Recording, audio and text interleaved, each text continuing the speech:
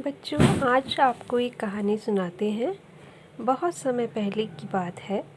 एक बहुत हरा भरा जंगल था जिसमें एक चींटी और एक टिड्डा, जो कि बहुत अच्छे मित्र थे, साथ साथ रहते थे।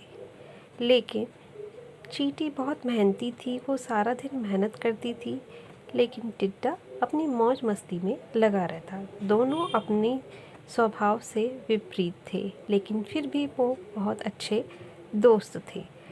टिड्डा पूरे दिन गाना गाने, मौज मस्ती, अपने म्यूज़िक में लगा रहता था और चींटी सारे दिन मेहनत करती रहती थी और टिड्डा अपने गाने को गाता रहता था।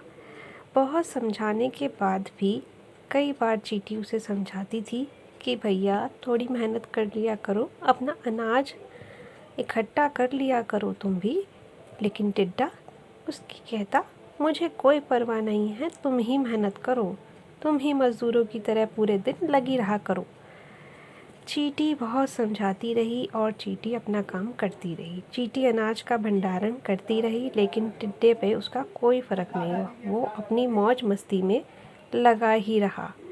आखिरकार बहुत समझाने के बावजूद भी जब टिड्डा नहीं माना, तो चींटी ने एक बार उसे फिर से समझाने की कोशिश की। अरे भाई, सर्दियाँ आने वाली हैं, थोड़ा भंडारण कर लो, नहीं तो बहुत पछताओगे। अरे मुझे छोड़ो, तुम जाओ अब चींटी रानी, तुम बोझा ढोती रहो।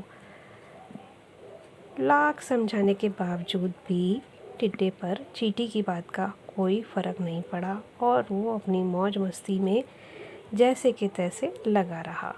उसने चींटी की बात को अनसुना कर दिया और आखिरकार गर्मियाँ ख़त्म हुई, सर्दियों का आगमन हुआ, बर्फ़ पड़ने लगी।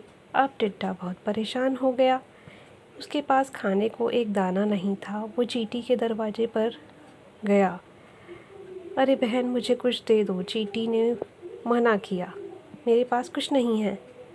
अब चींटी मज़े से अपने बिल में रह रही थी। उसके पास अनाज की कोई कमी नहीं थी और वो आनंद से अपने परिवार के साथ अपना जीवन यापन कर रही थी। उसकी सर्दी बहुत मज़े में बीत रही थी। दूसरी तरफ टिड्डा ठंड से परेशान सिकुड़ रहा था और पछता रहा था कि क्यों उसने चींटी की बात को अनसुना कर दिया।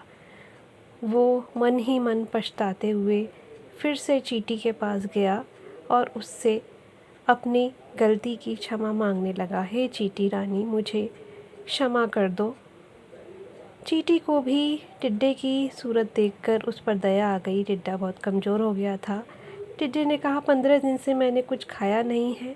चींटी ने कहा, चलो भाई, मैं तुम्हें थोड़ा सा अनाज देती हूँ, ये देखो, ये अनाज मैंने तुम्हारे लिए एक्स्ट्रा इकट्ठा किया था। मुझे पता था तुम तो इकट्ठा कर नहीं रहे हो और वक्त आने पर तुम्हें मेरी ज़रूरत पड़ेगी, क्योंकि मैं तुम्हारी अच्छी दोस्त हूँ, इसलिए विपत्ति में तुम्हें अकेला नहीं छोड़ सकती। तो थोड़ा सा अनाज तुम मुझसे ले जाओ, लेकिन ये वादा करना कि आगे से तुम मेहनत करोगे और समय रहते अपने लिए व्यवस्था कर सकते हो, जिससे कि तुम्हें परेशानी का सामना ना करना पड़े।